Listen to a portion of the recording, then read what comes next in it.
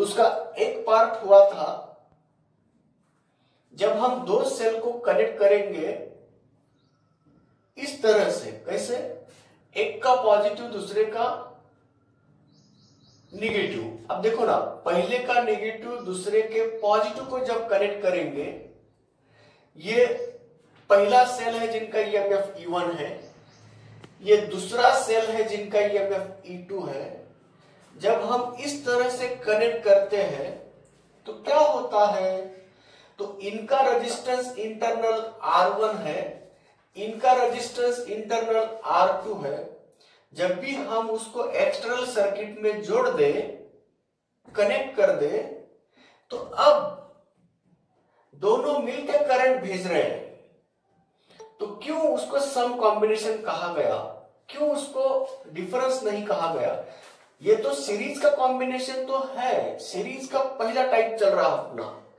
जब सीरीज में हम दो सेल्स, दो बैटरीज, दो सेल्स एक दूसरे के सम कॉम्बिनेशन में जोड़ते हैं, तो इस वक्त करंट सेम होता है दोनों की तरफ से।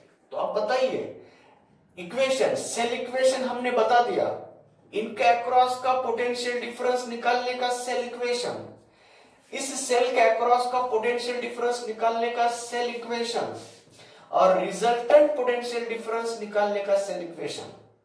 तो बताइए, अब चलिए, इस सेल का इक्वेशन बनता है V1 equal to E1 minus I into R1। क्यों? करंट सेम जाएगा ना, इसके थ्रू जितना जाएगा, क्योंकि सीरीज में सभी का करंट फ्लो होता है। और इनका इक्वेशन बनेगा V2 equal to E2 minus I R2। जब हम कुल मिला के रिजल्टेंट इक्वेशन बनाते हैं, रिजल्टेंट पोटेंशियल डिफरेंस का इक्वेशन बनाते हैं, तब V इक्वल टू इन दोनों की क्या होगी, एडिशन होगी। तो एडिशन हो रहा बोले तो E1 plus E2 minus I को बाहर, R1 प्लस R2 बन गए। ये कल हमने पढ़ाया, सिर्फ शॉर्टली रिवाइज कर रहे हैं हम। तो बताइए बच्चों, ये कौन है?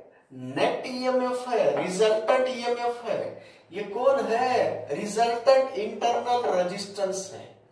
जिस तरह हमने, अगर आपको पूरे कॉम्बिनेशन का इक्वेशन निकालना है तो कैसे बताते? पूरे कॉम्बिनेशन का इक्वेशन बोले तो V इक्वल टू पूरे कॉम्बिनेशन का EMF E effective minus current तो सेम जा रहा है और R इफेक्टिव, ये पूरे कॉम्बिनेशन के अक्रॉस का PD V equal to E effective. ये फॉर्मूला याद रखो, जिस सेल का इक्वेशन बना रहे ना, उसका PD इक्वल टू उसी का EMF माइनस I इंटू उसी का इंटरनल रेजिस्टेंस। अब हम जो इक्वेशन बना रहे हैं, ये पूरे सिस्टम का इक्वेशन बना रहे हैं, पूरे सिस्टम का PD निकाल रहे हैं। तो उस सिस्टम में कितने सेल है? हमारे दो सेल है।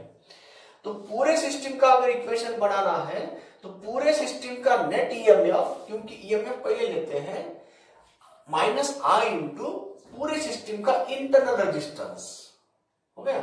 अब दोनों को कंपेयर कर दो, ये एडिशन लॉ से आया हुआ इक्वेशन और ये है इफेक्टिव इक्वेशन बना दिया। तो दोनों में क्या हो गया, तो सम कॉम्बिनेशन में नेट ईएमएफ बनता है, E इफेक्टिव बोलेंगे उसको, या इफ रिजल्टेंट बोलते हैं, E रिजल्टेंट भी बोल सकते हैं। तो E रिजल्टेंट का फार्मूला बन गया E1 प्लस E2, दो है इसलिए ये बन गया। और R इफेक्टिव क्या बन गया, internal resistance, total internal resistance, total EMF, total internal resistance कितना बना, R1 प्लस R2 बना। ये हमने कल यहां तक आए थे, आज हम आगे बढ़ रहे हैं उसको लेके। चलो बच्चों, अगर इस सीरीज कॉम्बिनेशन का सम कॉम्बिनेशन हम पढ़ रहे हैं, तो बताइए, यहां हमने सिर्फ दो सेल्स सीरीज में कनेक्ट किया है। अगर हम तीन सेल सीरीज में कनेक्ट किया होता, तो ऐसे ही सम कॉम्बिनेशन में कनेक्ट किया होता, तो क्या हो सकता था? सिर्फ यहाँ V3 और एक इक्वेशन पड़ता था। तो जैसे हमने पहले सेल के लिए इक्वेशन बनाया, दूसरे सेल के लिए सेल इक्वेशन लिखा, उसी तरह तीसरे सेल के लिए भी इक्वेशन V3 नाम से आता था और उन सबकी एडिशन करके हम ऐसा एक रिजल्टेंट इक्वेशन पाते थे। अब ये बन गया, इंडिविजुअल को ऐड करके हमने ये बनाया इक्वेशन। अब चलो पूरे सिस्टम का इफेक्टिव निकालना है तो ये यूज करते हैं। तो यहाँ ई इफेक्टिव में एक एडिशन हो जाता था, E1 plus E2 plus E3। उसी तरह आर इफेक्टिव में भी रेजिस्टेंस एक ऐड हो जाता था। इसीलिए बच्चों इसके ऊपर रिमार्क लिख रहे हैं हम, सम कॉम्बिनेशन के कुछ रिमार्केबल पॉइंट्स है जिनको हम याद रखना है ताकि उस शॉर्टकट से हम उसको सॉल्व कर सकते हैं। ओके, तो चलिए सम कॉम्बिनेशन में हमने n number of cell connect कर रहे हैं। देखो बच्चों, 2 का हो गया, 3 का, ऐसे भी हम बढ़ा सकते थे। अगर n number of sales having different EMF, अलग अलग ईएमएफ के n नंबर ऑफ सेल्स हम कनेक्ट कर रहे हैं सीरीज में, सीरीज के सम में, तब नेट ईएमएफ बनेगा E1 plus E2 plus E3 plus dash dash dash plus EN। तो इसको मैथमेटिकल फॉर्म में ऐसे भी लिख सकते हैं, summation of I running from 1 to n। ये रहा नेट ईएमएफ का सम कॉम्बिनेशन का फॉर्मूला। अब यहां R इफेक्टिव इंटरनल रेजिस्टेंस का फॉर्मूला, अगर n सेल अलग अलग ईएमएफ के हैं तो इसका मतलब उसका इंटरनल रेजिस्टेंस अलग अलग भी हो सकता है। तो अगर n नंबर ऑफ सेल्स अलग अलग इंटरनल रेजिस्टेंस के अगर सम कॉम्बिनेशन में जोड़ दिया तो ये भी बनेगा ये फॉर्मूला। तो इसको मैथमेटिकली हम ऐसे लिख सकते हैं, summation of I running from 1 to n। ये रहा इफेक्टिव ईएमएफ सम कॉम्बिनेशन में, ये रहा effective internal resistance some combination में। अब हम अगर ये रहा n जनरलाइज कर दिया हमने, अगर आपको कुछ स्पेसिफिक लेना है कैसे, चलो n number of identical cell हो, रिमार्क नेक्स्ट रिमार्क, ये पहला जनरलाइज कर दिया, आए हुए इक्वेशन से हम उसको जनरलाइज कर रहे हैं। अगर आई से n number of cell connect किए होते डिफरेंट वैल्यू के तो ये फॉर्मूला यूज करते थे। अब हमें n number of cell identical value के चाहिए, तो equal EMF, equal internal resistance R है और इक्वल ईएमएफ E है सभी के सेल का। ऐसे कितने सेल ले रहे हम, n नंबर ऑफ सेल्स। तो चलिए, if we have some combination of n number of cells, total n cell का सम कॉम्बिनेशन ले रहे हैं हम। अगर सम कॉम्बिनेशन में n सेल्स है, आइडेंटिकल सेल्स है जिनका ईएमएफ E हो और सबका इंटरनल रेजिस्टेंस R हो, तब बताओ बच्चों नेट ईएमएफ कितना होगा। ऐसा क्वेश्चन आया तो ई नेट बोलेंगे उसको और ई इफेक्टिव बोलते हैं, टोटल ईएमएफ भी बोल सकते हैं। तो ये टोटल ईएमएफ और नेट ईएमएफ के बारे में हम जानकारी पाना है। तो अब यहां नेट ईएमएफ निकालने के लिए हम क्या करेंगे, इसकी वैल्यू ई ई ई ई ई ई कितने बार आएगा, ई n बार आएगा, तो E नेट हो गया n टाइम्स E। समझ गए। अगर n नंबर ऑफ सेल हमने सीरीज के सम कॉम्बिनेशन में रखा तो सिर्फ सीरीज में बोलने का नहीं है, सीरीज के सम कॉम्बिनेशन में अगर n नंबर ऑफ सेल्स हम सीरीज में कनेक्ट करते हैं तो E नेट बन जाता है n टाइम्स E। उसी तरह R नेट बोलिए, नेट इंटरनल रेजिस्टेंस कितना होगा, यानी कि रिजल्टेंट इंटरनल रेजिस्टेंस कितना होगा। तो इंटरनल रेजिस्टेंस बनता है n R plus R plus R plus R plus कितने बार आएगा, n बार आएगा। तो इसी तरह n टाइम्स R बन गया। ये रहा नेट रेजिस्टेंस, इंटरनल रेजिस्टेंस की बात कर रहे हैं हम। ये रहा net internal resistance of the cell, ये रहा net EMF of the cell, कब और किस कॉम्बिनेशन में? जब हम उसको सम सीरीज कॉम्बिनेशन के सम अरेंजमेंट में उसको कनेक्ट कर दिया। सम किसको बोलते हैं? ये का नेगेटिव दूसरे के पॉजिटिव को जोड़ देना, इसका नेगेटिव इनके पॉजिटिव को, इनका नेगेटिव दूसरे के पॉजिटिव को, इस कॉम्बिनेशन को बोलते हैं सम। तब याद रखिए रिजल्टेंट ईएमएफ बनता है n टाइम्स E और रिजल्टेंट नेट इंटरनल रेजिस्टेंस बनता है n टाइम्स R। अब अगला इंफॉर्मेशन लेना चाहते हैं, बताओ। तो करंट थ्रू ईच सेल कहा जाता है, क्योंकि करंट सरीका जाता है ना सबके थ्रू, तो करंट I सेम वैल्यू का है, इसका मतलब E net divided by R plus R net होता है। क्यों? ये R कौन है? एक्सटर्नल रेजिस्टेंस है।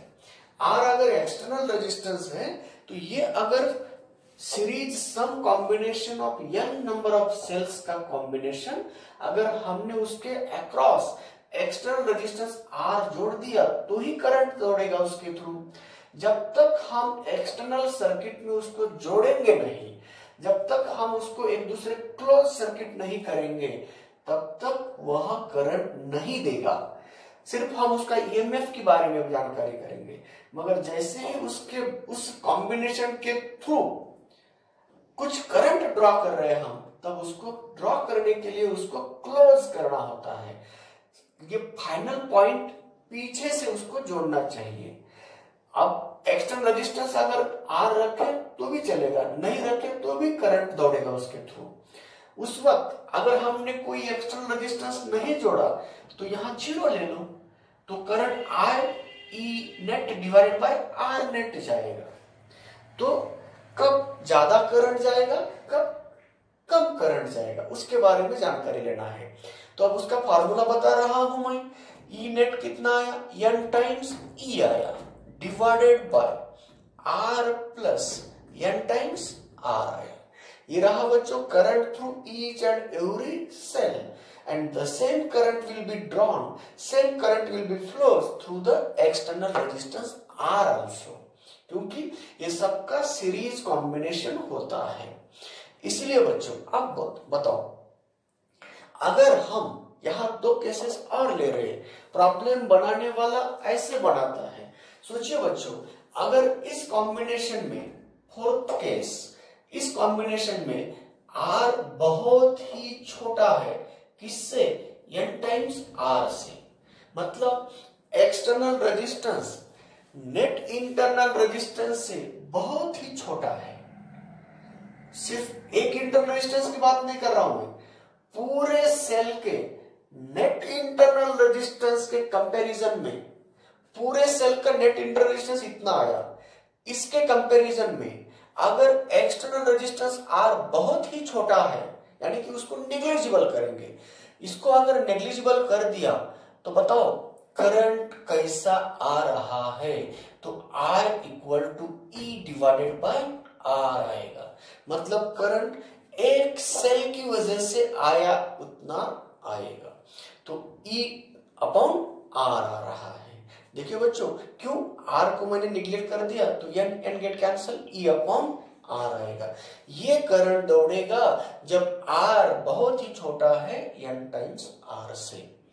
अब ये इस फार्मूला को कब यूज करेंगे? अगर आपको एक्सटर्नल रेजिस्टेंस बहुत छोटा दिया है और उन सबका इंटरनल रेजिस्टेंस अगर 10 ओम आ रहा है और एक्सटर्नल रेजिस्टेंस 1 ओम दिया, तब हम उसको निगलेक्ट करके डायरेक्टली इससे अप्रोक्सीमेट आंसर पा सकते हैं करंट का। Find the value of the current through the 1 ohm resistance connected across that combination, ऐसा कहा तो हम n से मल्टीप्लाई करने की जरूरत नहीं है, डायरेक्टली E अपॉन R से अप्रोक्सीमेट आंसर बोल सकते हैं, क्योंकि ये अप्रोक्सीमेशन है ना आखिर में, क्योंकि यहाँ अप्रोक्सीमेशन ले रहे हैं, उसको निगलेक्ट कर रहे हैं। जिस तरह external resistance net internal resistance के कंपैरिजन में अगर वो बहुत ही छोटा है, उसको निगलेक्ट कर दिया, तो करंट थ्रू द कॉम्बिनेशन मिल गया E डिवाइडेड बाय R आया। समझ गए?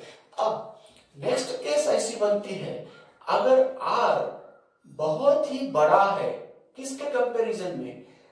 नेट रेजिस्टेंस के कंपैरिजन में। अब हम किसको निग्लेक्ट करेंगे, एन आर को निग्लेक्ट कर रहे हैं।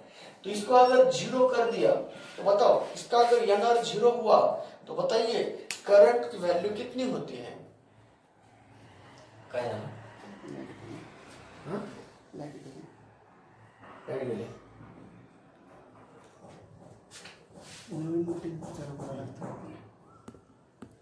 आर लेस देन, जब आर एक्सटर्नल रेजिस्टेंस जब नेट इंटरनल रेजिस्टेंस से बहुत ही छोटा होता है तब हम current through that external resistance बोलिए, नहीं तो current through each and every cell बोलना है तो I equal to E divided by R बोलेंगे। ये रहा करंट थ्रू दैट कॉम्बिनेशन का फार्मूला। जब सेकेंड केस, लास्ट केस हम ऐसे बना रहे हैं, एक्सटर्नल रेजिस्टेंस अगर नेट इंटरनल रेजिस्टेंस के कंपैरिजन में, एक्सटर्नल रेजिस्टेंस अगर नेट इंटरनल रेजिस्टेंस के कंपैरिजन में ये बहुत ही बड़ा रहा तो अब इसको निग्लेक्ट करेंगे। तो बताइए बच्चों, I की वैल्यू कितनी आ रही है? n times E divided by R आ रहा है। तो चलिए ये रहा I equal to n E upon R। ये करंट कब लेना है? जब बड़ा सा एक्सटर्नल रेजिस्टेंस कनेक्ट कर दिया है आपने उस कॉम्बिनेशन के अक्रॉस, तब इसको यूज करो। ये फार्मूला करंट का कब लेना है? अगर आपने बहुत ही छोटा वाला एक्सटर्नल रेजिस्टेंस कनेक्ट कर दिया तब इसे यूज करना है। तो ये अप्रोक्सीमेट आंसर, जल्दी फास्ट क्विक आंसर निकालने के लिए ये याद रखना है।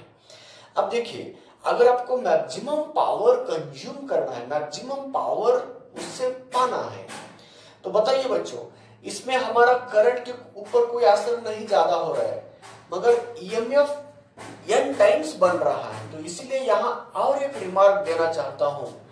नेक्स्ट रिमार्क यहां लिखता हूं कि इस कॉम्बिनेशन से हमारा क्या फायदा बनने वाला है। तो ये सीरीज कॉम्बिनेशन ऑफ सेल में सम कॉम्बिनेशन का फायदा ये बनने वाला है कि हम ज्यादा से ज्यादा ईएमएफ बढ़ा सकते हैं। तो in order to get the maximum potential difference, maximum voltage across that combination, the cells must be connected in series के some combination, must be connected in some series combination। तो ये रहा बच्चों सीरीज कॉम्बिनेशन का benefit क्या होता है। Series combination में अगर सम कॉम्बिनेशन में सभी के सभी सेल कनेक्ट कर दिया ना तो हमें पोटेंशियल ज्यादा मिल जाएगा। कैसे? देखो, अगर आपके मार्केट में जो ड्राई सेल मिलती है ना वह 1.5 वोल्ट का होता है ना, तो हमारा टीवी, हमारा इलेक्ट्रॉनिक इक्विपमेंट ये 24 वोल्ट को चलता होगा या 50 वोल्ट को या 20 वोल्ट को, 12 वोल्ट को, 6 वोल्ट को। तो एक सेल से हम 6 वोल्ट नहीं बना सकते, तो हमें 1.5 वोल्ट के कितने number of cells, 4 number of cells अगर जोड़ दिया तो 6 वोल्ट मिलेगा हमें। तो 6 वोल्ट, 12 वोल्ट, ये कितने भी वोल्ट का अगर हमें पोटेंशियल डिफरेंस पाना है तो हम उसके प्रोपोर्शनल में हम सभी सेल को क्या सीरीज सम कॉम्बिनेशन में जोड़कर हम जितना चाहिए उतना हम डीसी पोटेंशियल डिफरेंस पा सकते हैं। इसीलिए सम कॉम्बिनेशन का ये फायदा है हमें। तो सम कॉम्बिनेशन में क्या होता है, ईएमएफ बढ़ सकता है, करंट उतना बढ़ेगा नहीं मगर पोटेंशियल डिफरेंस बढ़ रहा है। इसी तरह हमने सम कॉम्बिनेशन के बारे में बेसिक जानकारी पाई है और उसके कुछ रिमार्क्स भी पाई है। इसी तरह हम अब यहाँ पे डिफरेंस कॉम्बिनेशन में हम जा रहे हैं। चलो बच्चों, अगर हमने इन दोनों सेल को अगर डिफरेंस में कनेक्ट किया होता, इन दोनों सेल को अगर हम डिफरेंस में कनेक्ट किया होता तो डिफरेंस कैसे बोलते हैं? सम कॉम्बिनेशन कब कहा गया? एक सेल के नेगेटिव को दूसरे सेल के पॉजिटिव को जब जोड़ा जाता है उसको हम सम कॉम्बिनेशन बोलते हैं। अब यहां डिफरेंस कॉम्बिनेशन की बात जब आएगी तब हम क्या करेंगे, दो सेल का डिफरेंस कॉम्बिनेशन सीरीज ही हुआ, सीरीज में का दूसरा कॉम्बिनेशन, तो यह है डिफरेंस कॉम्बिनेशन, और उसको हम डिफरेंस अरेंजमेंट भी बोल सकते हैं। तो अगर दो सेल्स हम डिफरेंस कॉम्बिनेशन में बता रहे हैं, तो चलिए ये सेल है जिनका कॉम्बिनेशन इस तरह का, जिनका EMF E1 है, इंटरनल रेजिस्टेंस R1 है, दूसरा सेल यहां इस तरह से एक का नेगेटिव दूसरे के नेगेटिव को जोड़ दिया ना, तो उसको हम डिफरेंस कॉम्बिनेशन बोलते हैं। क्यों डिफरेंस करते वो बताता हूं।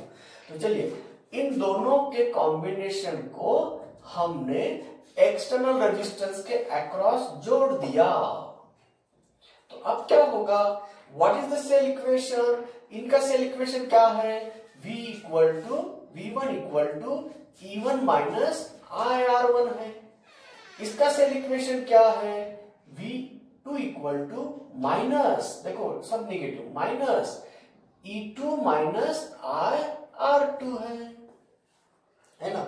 तो ये रहा, क्योंकि अपोजिट है ना माइनस, तो टोटल V कितना है, तो चलिए इस कॉम्बिनेशन के अक्रॉस का पीडी बोल रहा हूं, तो V नेट बोलेंगे उसको, V net equal to V1 plus V2, तो V1 की वैल्यू ये रख दो, कितना आया E1 minus IR1 minus plus करने जा रहे हैं मगर ये खुद माइनस है, ये क्या हो गया E2 माइनस IR2, तो देखिए E1 माइनस E2 आया, माइनस कॉमन निकाल दो I को, R1 प्लस R2 बनेगा।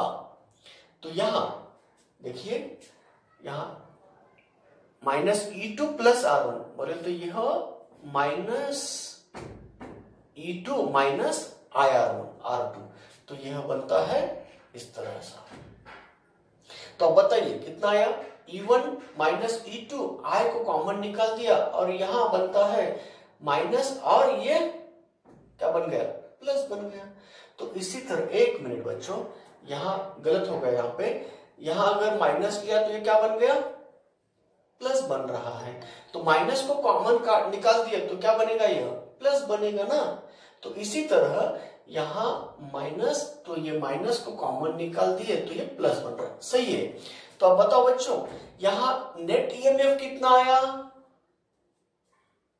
नेट EMF कितना आया, E1 माइनस E2 आया, तो V net potential difference equal to E net minus I into R net.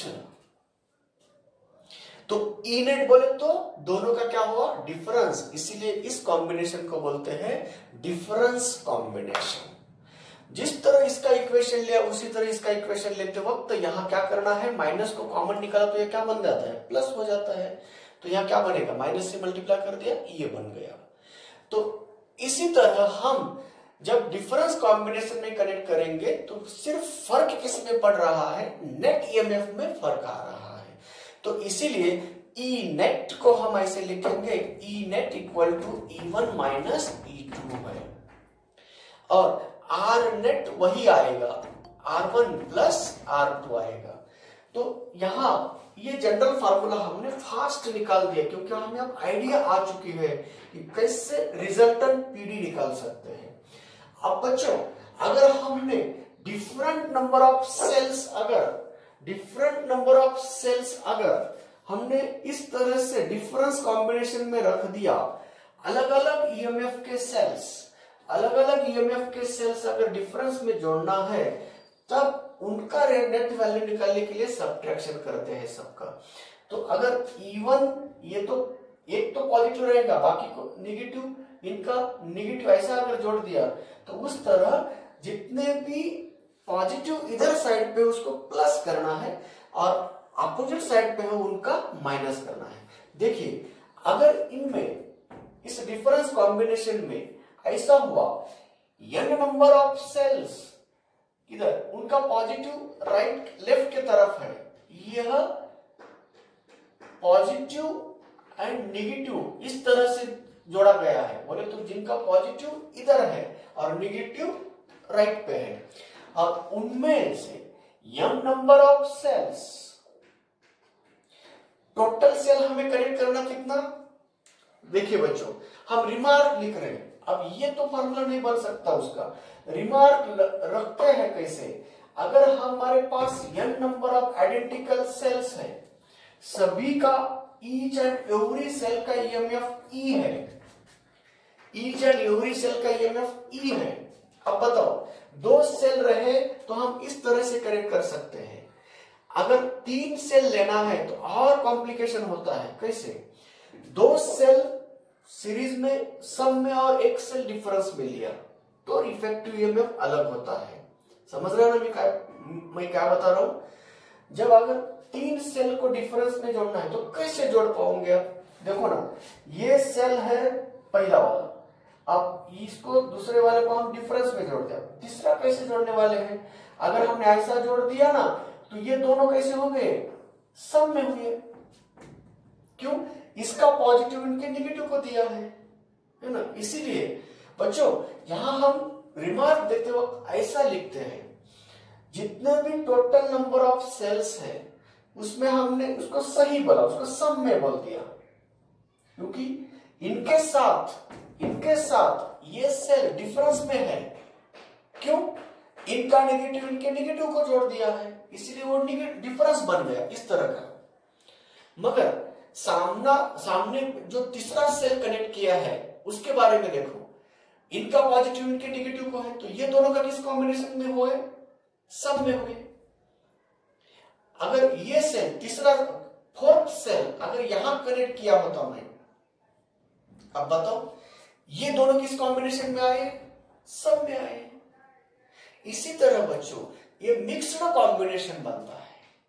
अब जितने भी सेल्स हम रॉन्ग कनेक्ट कर रहे हैं, रॉन्ग बोले तो उल्टा कनेक्ट करेंगे, नेगेटिव से पॉजिटिव अपोजिट साइड पे कनेक्ट कर रहे हैं, ये है सम कॉम्बिनेशन, इधर जिनका भी पॉजिटिव उसको सम बोलेंगे, देखो ना ये करेक्ट पॉजिटिव की तरफ है और इसको रॉन्ग कनेक्ट कर दिया, इधर m नंबर ऑफ सेल्स है, total n number of cell में से m नंबर ऑफ सेल्स हमने करेक्ट जोड़ दिया, पॉजिटिव इनका नेगेटिव दूसरे के पॉजिटिव को, इनका नेगेटिव दूसरे के पॉजिटिव को, तो बचे कितने, n माइनस m बचे।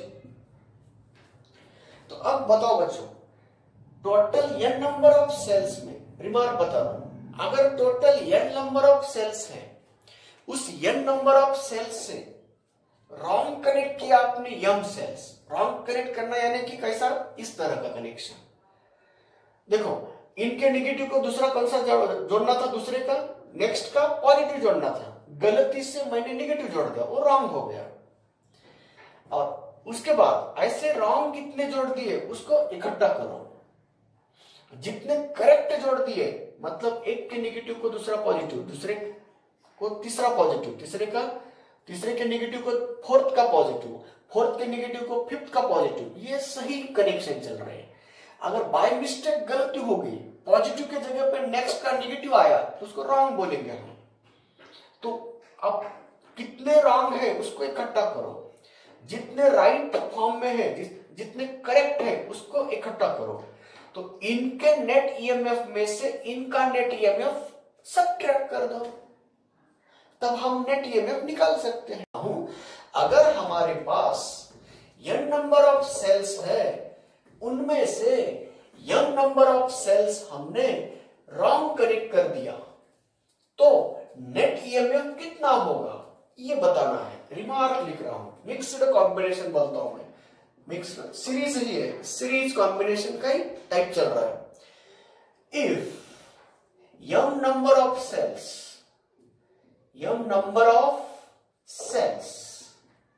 are in wrong combination,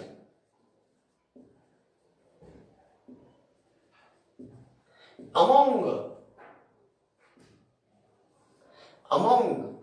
n cells,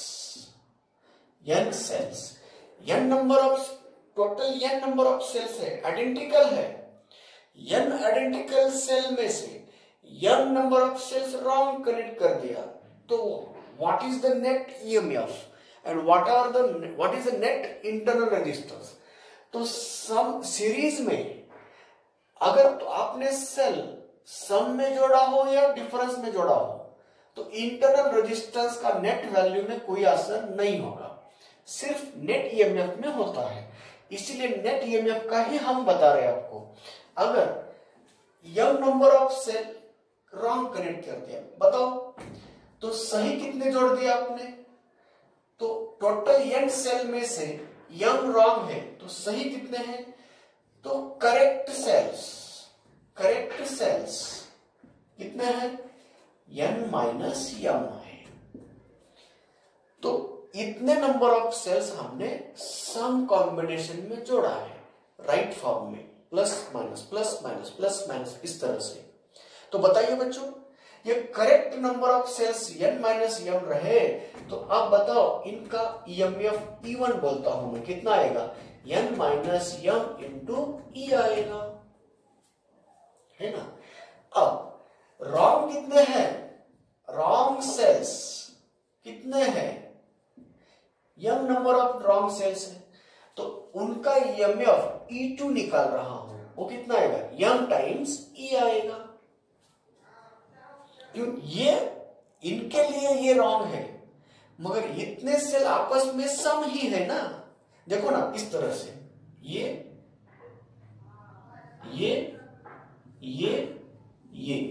कैसा हो गया? ये सम कॉम्बिनेशन हो गया नहीं? इसका पॉजिटिव इनका नेगेटिव, इसका पॉजिटिव इनका नेगेटिव, इसका पॉजिटिव इसका नेगेटिव, ये क्या हो गया? सम ही होगा। इधर भी सम है और इधर से भी सम आएगा। देखो ना, इधर नेगेटिव इधर पॉजिटिव, इधर नेगेटिव इधर पॉजिटिव, इधर नेगेटिव इधर पॉजिटिव। देखो ये इधर का सम, इधर कितने हैं? n माइनस यम है और इधर कितने हैं? यम है। टोटल कुल मिला के कितने हो गए? n minus m plus m, get cancel, n number of sales.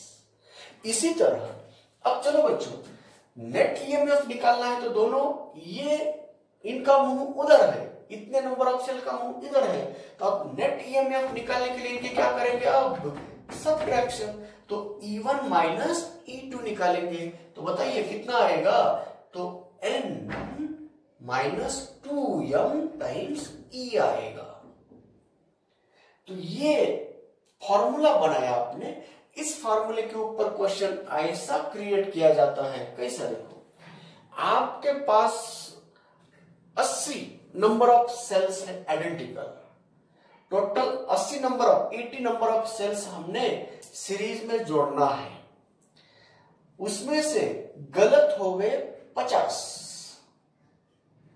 तो गलत हो गए 50 बोले तो n की वैल्यू 80 लेना और m की वैल्यू, तो बताइए m की वैल्यू अगर 50 गलत होगा तो नेट ईएमएफ निगेटिव में आएगा, माइनस आएगा, क्योंकि गलत कनेक्ट किए हुए का निगेटिव पोटेंशियल ज्यादा हो रहा है, करंट इनकी वजह से इधर जाएगा। अगर उस 80 में से 10 रॉन्ग हो गए तो इधर रॉन्ग का नंबर कम है और राइट का नंबर ज्यादा है, तो 10 रॉन्ग है बोले तो 70 राइट है, करेक्ट है, तो उनके वजह से करंट इधर से इधर आएगा। इसी तरह बच्चों, नेट ईएमएफ पॉजिटिव कब रहेगा? करेक्ट नंबर ऑफ सेल का अगर नंबर ज्यादा रहा तो पॉजिटिव और ये ज्यादा रहा तो निगेटिव आएगा। तो चलिए, अगर आपको 100 सेल्स दिए हैं उसमें से 25 रॉन्ग कनेक्ट कर दिया तो n की वैल्यू 100 है और m की वैल्यू 25 है, उसमें रख दो तो नेट ईएमएफ मिल जाएगा। इसी तरह के अगर प्रॉब्लम आए आपके एग्जाम में तो आपको शॉर्टकट फार्मूला याद चाहिए। तो शॉर्टकट फार्मूला है, ये मिक्स्ड कॉम्बिनेशन है, सीरीज कॉम्बिनेशन है, उसमें हम n नंबर ऑफ सेल का wrong connection m number of cells दिया है, तो इसी तरह हम नेट ईएमएफ उसका निकाल सकते हैं। तो बच्चों, ये रहा सीरीज कॉम्बिनेशन के बारे में जानकारी। अब हमें जाना है ये पैरेलल कॉम्बिनेशन के बारे में जानकारी पाने के लिए। एक मेथड हो गई, सीरीज कॉम्बिनेशन हो गया, यहां खत्म हुआ सीरीज कॉम्बिनेशन। अब हम सेकेंड टाइप का कॉम्बिनेशन है पैरेलल कॉम्बिनेशन ऑफ सेल्स। तो पैरेलल कॉम्बिनेशन ऑफ सेल्स पाना है तो कैसे पाना है? तो किस तरह से हम अलग अलग ब्रांच से अलग अलग करंट पाते हैं। तो आज की नई हेडिंग है पैरेलल कॉम्बिनेशन। तो अब तक हमने क्या पढ़ाया आपको, सीरीज कॉम्बिनेशन के बारे में जानकारी दी। सीरीज कॉम्बिनेशन में दो तरीके थे, सम कॉम्बिनेशन में खूब बहुत सारे रिमार्क दिया मैंने, बाद में सम के अपोजिट डिफरेंस कॉम्बिनेशन में कैसे होता है, सिर्फ दो का डिफरेंस निकाल सकते हैं। अब अगर ज्यादा आए तो कुछ राइट कॉम्बिनेशन में होंगे, कुछ रॉन्ग कॉम्बिनेशन में होंगे, इसीलिए वो उनके भी बारे में हमने जानकारी दी है। अब हमारे सामने नेक्स्ट कॉम्बिनेशन आ रहा है coupling of the cell. Parallel coupling कर रहे हम, पैरेलल कॉम्बिनेशन, उसको कपलिंग भी बोला जाता है, कॉम्बिनेशन कपलिंग। तो पैरेलल कॉम्बिनेशन में हम किस तरह से उसका इंफॉर्मेशन पाते हैं, तो चलिए पैरेलल कॉम्बिनेशन किससे बनते हैं।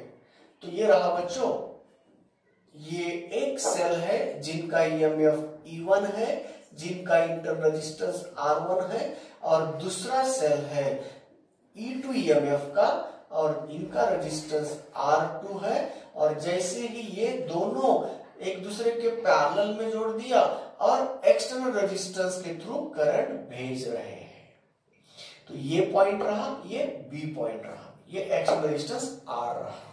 चलिए बच्चों, अब हमें इसके बारे में जानकारी पाना है।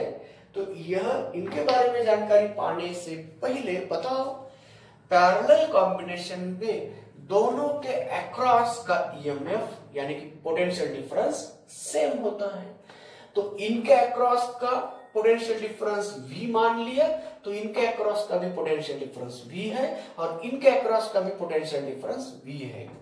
पैरेलल कॉम्बिनेशन की वजह से अगर करंट I भेज रहे हैं वह सेल्स एक्सटर्नल रेजिस्टेंस R के थ्रू, तो चलिए ये I इधर से आया, इधर से इधर आया, तो यहां स्प्लिट होगा। इसके थ्रू करंट जा रहा है I1, इसके थ्रू करंट जा रहा है I2।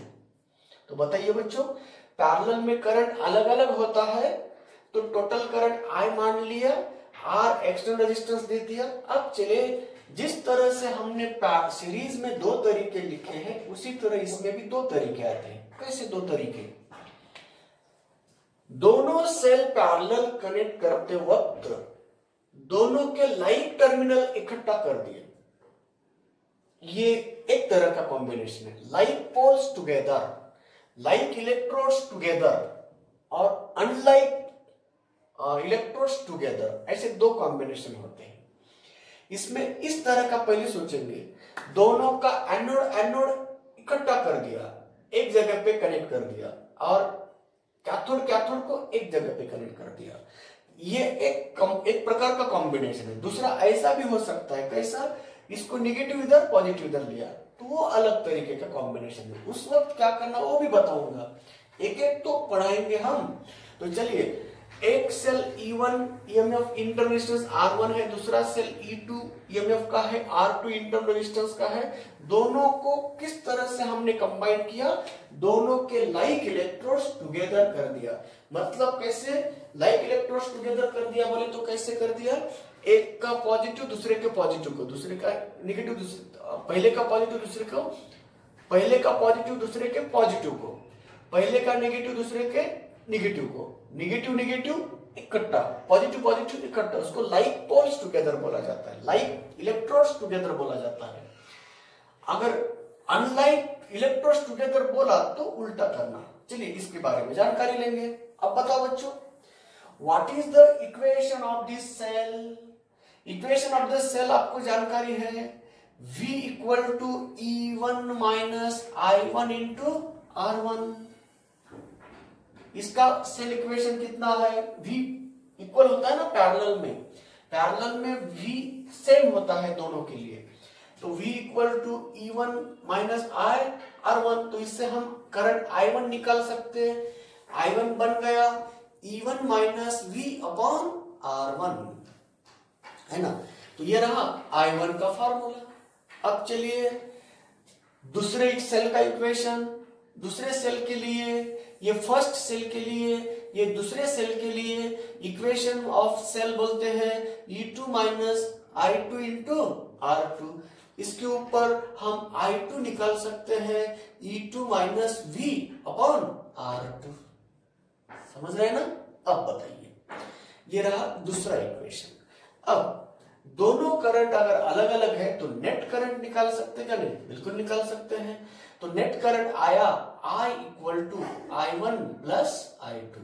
आपको कहा जाता है दोनों सेल अगर लाइक टर्मिनल्स कॉम्बिनेशन के फॉर्म में अगर जोड़ दिया तो दोनों ने मिलकर रेजिस्टेंस के थ्रू करंट कितना भेजा, दोनों ने मिलकर करंट कितना भेजा एक्सटर्नल रेजिस्टेंस के थ्रू। अगर ऐसा क्वेश्चन आया तो इस फार्मूला को यूज करना है।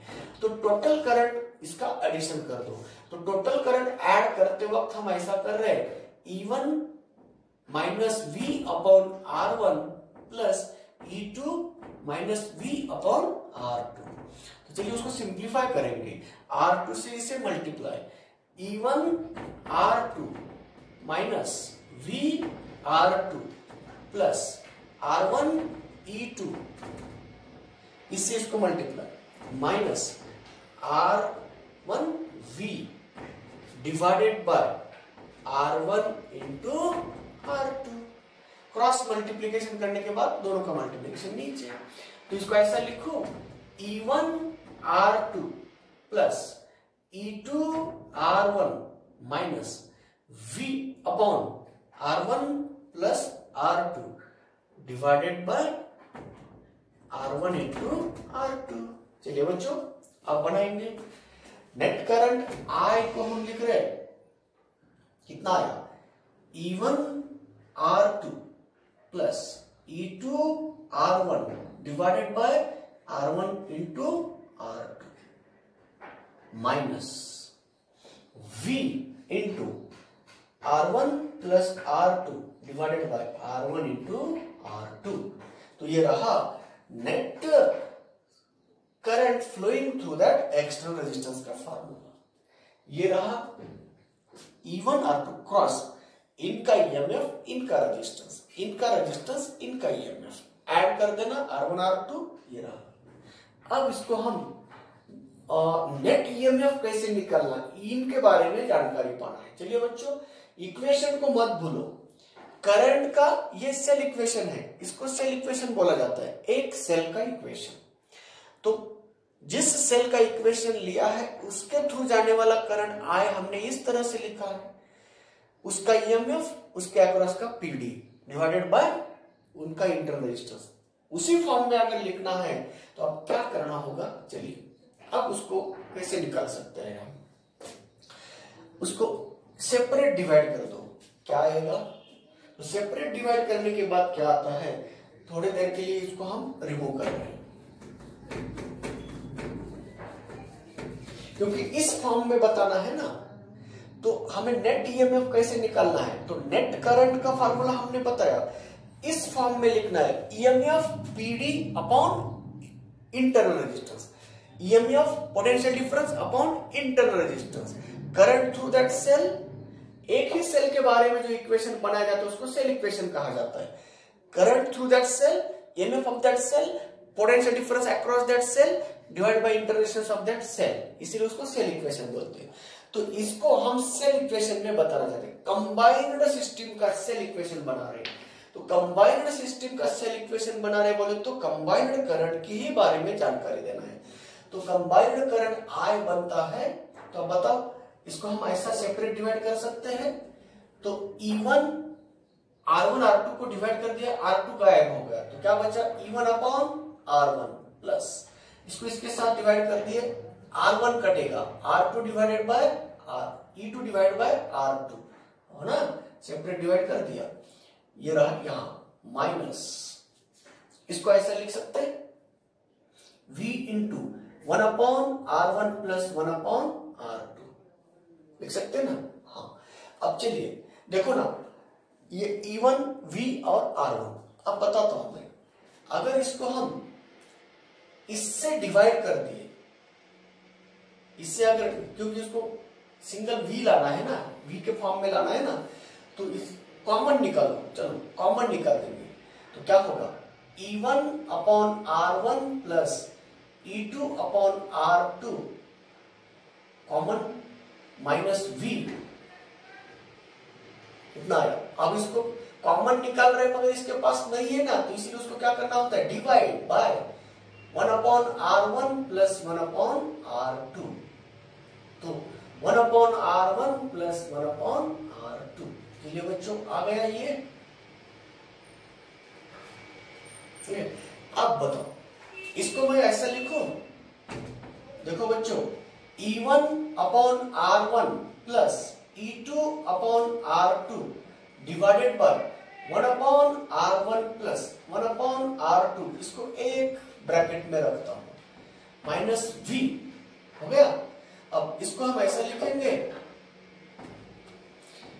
R1 plus R2 divided by R1 into R2।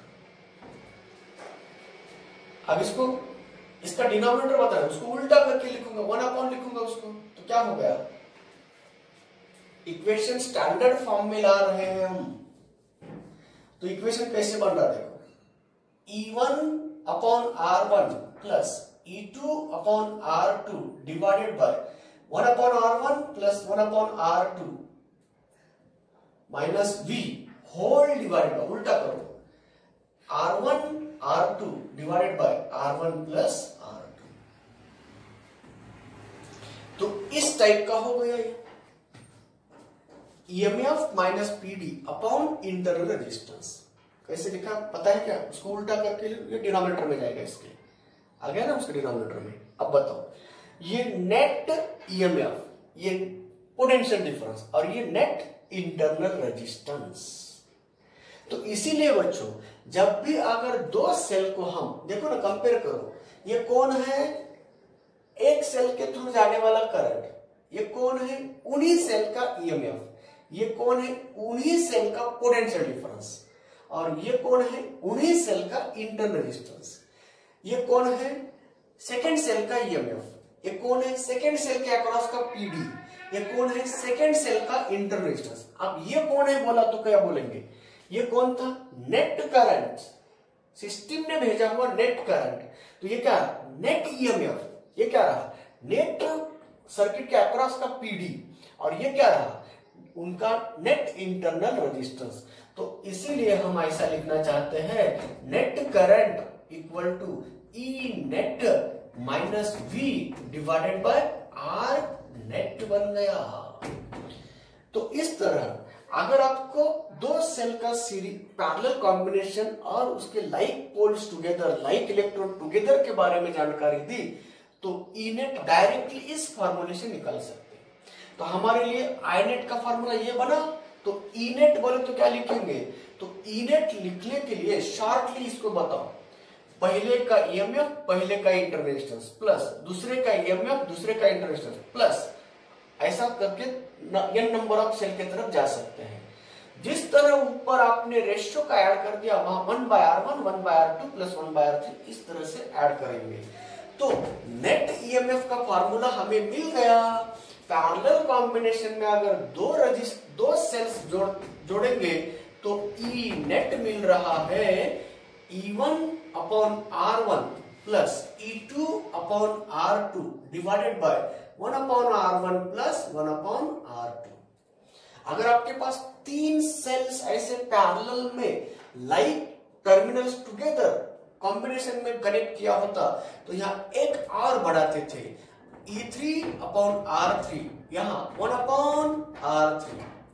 अगर 4 नंबर ऑफ सेल्स, 4 सेल्स इसी कॉम्बिनेशन में कनेक्ट करते तो यहां होता था E4 अपॉन R4, यहां प्लस 1 अपॉन R4। इस तरह बच्चों अगर आप n नंबर ऑफ सेल की E नेट निकालना चाहते हो, समेशन ऑफ